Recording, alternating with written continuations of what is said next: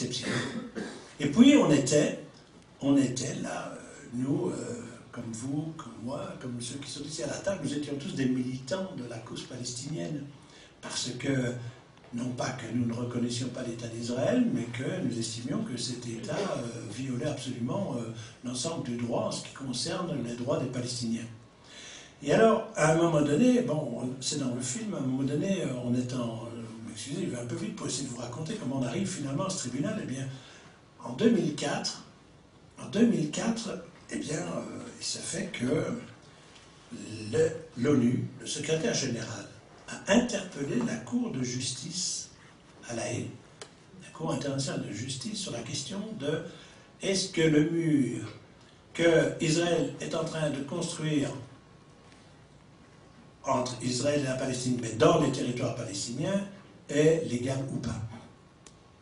Et alors, c'est absolument extraordinaire parce que c'est en 2003 qu'il pose la question et pendant un an, la Cour de justice va travailler.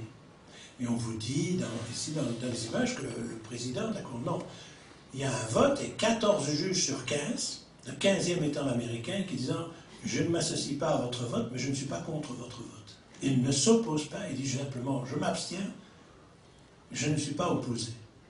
Il le clarifie. Mais il y a 14 des 15 juges qui votent l'adoption d'une résolution, d'un avis, puisque ça s'appelle un avis à la Cour, qui dit que le mur est illégal, qui dit que le mur, selon eux, doit être démonté. Et que ce n'est pas qu'Israël n'a pas le droit de construire un mur, mais oui, mais sur son territoire ou sur la ligne verte, mais pas dans les territoires palestiniens. Et qui dit qu'en plus, il faut que les Palestiniens qui ont été victimes soient indemnisés. Et ça se passe au mois de juin 2004. Au mois de juin 2004, apparaît pendant 15 minutes sur l'ordinateur de la Cour internationale de justice un texte. Et ce texte, on le capte, et puis je le présente à des juristes amis de la cause palestinienne. Je demande l'avis aux Palestiniens, et tout le monde me dit, surtout le public bassin, c'est une blague.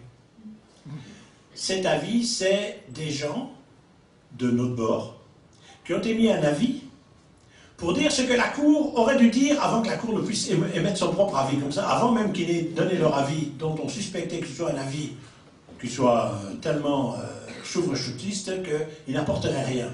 Et donc, ils disent, ne publie surtout pas cet avis, parce que notre idée, c'était de le publier. Ne le publie surtout pas.